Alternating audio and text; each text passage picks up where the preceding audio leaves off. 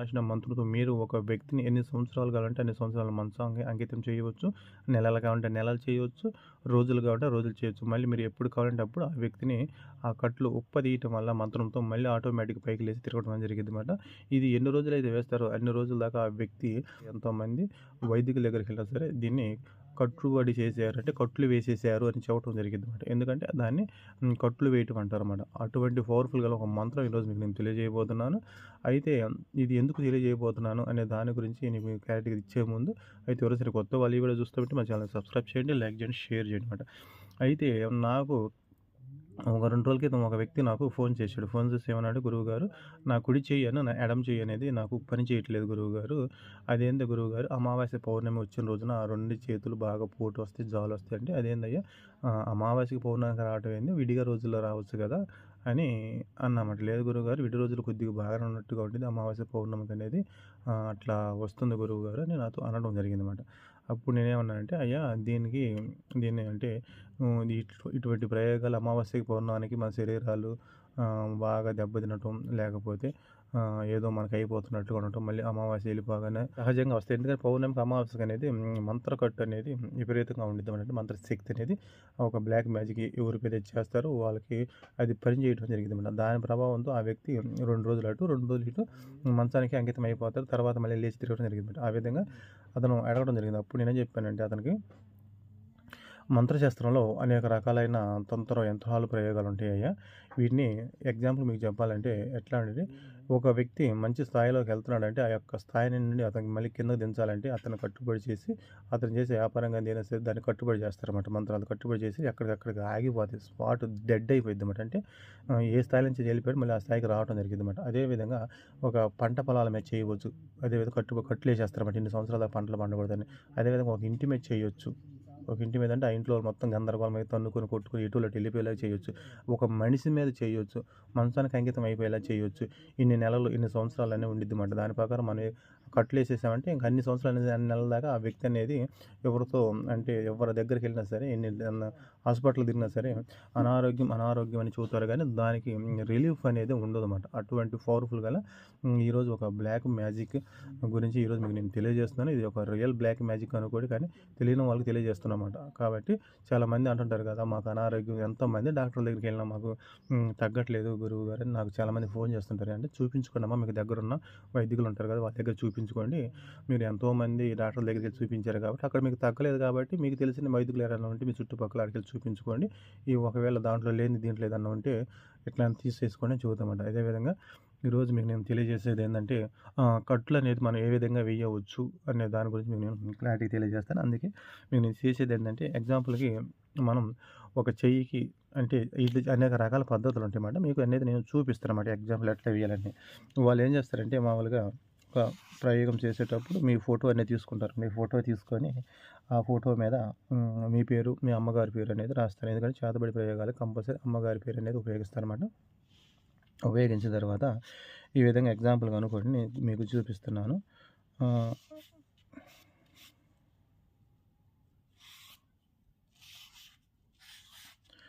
ఈ విధంగా ఉందనుకోండి. ఎగ్జాంపుల్ మీకు చూపిస్తున్నమాట. చూపించినప్పుడు మనకి ఇతనికి కట్లు వేయాలంటే కాలు, చేయి పడిపోవాలనుకో, ఈ కాలు, చేతుల మీద వాళ్ళ బొమ్మను తయారు చేస్తారన్నమాట. బొమ్మను తయారు చేసేసి అక్కడ వాళ్ళు అంటే ఇది చాలా రకాలుగా ఉంటాయి. నాకు తెలిసిన పద్ధతి నేను చెబుతున్నానన్నమాట. ఒక బొమ్మను తయారు చేస్తారు. బొమ్మను తయారు చేసి ఆ బొమ్మ కింద ఇతను ఫోటో పెట్టి ఇతని పేరు రాసి ఉంటారన్నమాట. రాసిన తర్వాత ఇక్కడ మనకి ఏ కాలు అయితే పని చేయలేదో ఇక్కడొచ్చేసి మేకులు గుచ్చుతారన్నమాట. మేకులు గుచ్చుతారు. ఈ కాలుకొచ్చేసి మేకులు గుచ్చుతారు. ఆ విధంగా కాళ్ళు, చేతులు పడిపోయేలాగా చేస్తారన్నమాట. చేసేసి దానికి కట్టులేస్తారు. ఒక్కొక్క మంత్రంతో ఒక్కొక్క కట్టేస్తారన్నమాట. ఒక్కొక్క మంత్రంతో ఒక కట్టేసి అది దారం తీసుకుంటారు. ఒక దారం తీసుకొని ఆ మంత్రం చదువుతూ కట్టేసి వేస్తారు. మళ్ళీ ఇంకో మంత్రం చదువుతూ కట్టేసి ఈ విధంగా ఏస్తారు. మళ్ళీ ఇంకో మంత్రం చదువుతూ కట్టి ఇది నాకు తెలిసిన పద్ధతి మాట. ఈ విధంగా కట్టేసి ఆ దారాన్ని దాంట్లోనే ఏసేస్తారు. ఆ దారాన్ని అతని మీద ఏసేస్తారన్నమాట. అప్పుడు మనకి కట్టు అనేది ఈ విధంగా పడిపోయిద్దన్నమాట. ఈ విధంగా కట్టు అనేది పడిపోయిద్ది. పడిపోయి నీకు ఎక్కడికక్కడికి మీ శరీరం అనేది పైకి లెగవకుండా ఎంతోమంది డాక్టర్ల దగ్గరికెళ్ళినా సరే నీకు పూర్తిగా డెడ్ లైన్ అనమాట. అంటే నువ్వు ఖర్చు లక్షలు పెట్టుకున్నా సరే నువ్వు బయటపడలేవన్నమాట. ఇతను పెడతాడు టైం. 6 నెలలు, లేకపోతే 3 నెలలు, లేకపోతే ఒక సంవత్సరం అనే విధంగా టైం పెట్టి చేస్తాడనమాట. ఆ టైం పెట్టి చేసిన ప్రకారం మీ శరీరం అనేది ఒక మంచంలో కుంగి కుషించిపోవడం జరిగేది. మీరు ఎంతమంది డాక్టర్ల దగ్గరికెళ్ళినా సరే మీకు ఈ ప్రయోగం చేసిన వ్యక్తి ఎవరైతే ఉన్నాడో మళ్ళీ అన్ని నెలల తర్వాత అతని పని అయిపోగానే ఆ కట్లనేది మంత్రాలతో మళ్ళీ ఉప్పదీసుకుంటూ వస్తాడు. వచ్చిన తర్వాత ఆటోమేటిక్‌గా మళ్ళీ నీ శరీరం అనేది పైకి లేచిద్ది. కాకపోతే ఇన్ని సంవత్సరాల నుంచి నీ శరీరం అనేది కొద్దిగా అనారోగ్యం పాలైద్ది కాబట్టి కొద్దిగా ఒక నెల, 2 నెలల్లో మళ్ళీ డెవలప్ అవ్వడం జరిగిందన్నమాట. ఈ విధంగా ఒక వ్యాపారం మీద చేస్తారు. ఒక స్థలాల మీద చేస్తారు. ఒక పొలాల మీద చేస్తారు. ఒక ఇంటి మీద చేస్తారు. కుటుంబం మీద. ఈ విధంగా ఒక బ్లాక్ మ్యాజిక్ అనేది చేస్తారన్నమాట. కానీ జనానికి తెలియక ఏమనుకుంటారంటే మేము ఒక వ్యాపారం చేస్తున్నాం సడన్‌గా ఆగిపోయింది. చూడండి ఇప్పుడు హ్మ్. సిటీలో షాపులు ఉంటాయి. ఒక్కో షాప్‌లో విపరీతమైన జనం వస్తుంటారు. ఒక్కో షాప్‌లో జనం రారన్నమాట. ఎందుకంటే అక్కడ మనం మంచితనంగా ఉంటే ఇబ్బందయితే ఏమి లేదు. ఒకవేళ ఎదుటి వాడితోనో, పక్క వాడితోటో ఏదైనా చిన్న చిన్న గొడవలు పెట్టుకొని మనం అట్లా ఉన్నామనుకో అక్కడ ఏం జరిగిద్దంటే మనకు ఆటోమేటిక్‌గా వాడు మనకు తెలియకుండానే మన షాప్ ఫోటో తీసుకునేదాన్ని తీసుకెళ్ళిపోయి ఆటోమేటిక్‌గా దాన్ని కట్టుబడి చేసేస్తాడు. ఇది షాపు. దానికి జనం వెళ్ళకూడదు. మనకు రావాలనుకుంటాడు. టక్కుమని ఎక్కడికెక్కడ కట్టుబడి చేసేసేదాన్ని సైలెంట్‌గా పక్కన దూసేస్తాడు. తొయ్యగానే ఇంక దానికి జనం తగ్గిపోతారు. తగ్గిపోయిన మనకు జనం ఎక్కువొస్తారన్నమాట. ఈ విధంగా ఒక దేనికైనా సరే కట్లేస్తారన్నమాట. దీని ప్రభావం ఎట్లా ఉండిద్దంటే మనుషుల మీద చేశారనుకో అమావాస్యకి, పౌర్ణమికి 2 రోజుల ముందు బాగా ఎఫెక్ట్ చూపిచ్చిద్ది. బాగా అనారోగ్యం పాలవుతారు. మళ్ళీ ఎళ్ళిపోతున్నానికి ఒక 2 రోజులు ఉండిద్ది. ఆ తర్వాత మళ్ళీ ఇంకేం ఉండదు. నార్మల్‌గా ఉండిద్ది.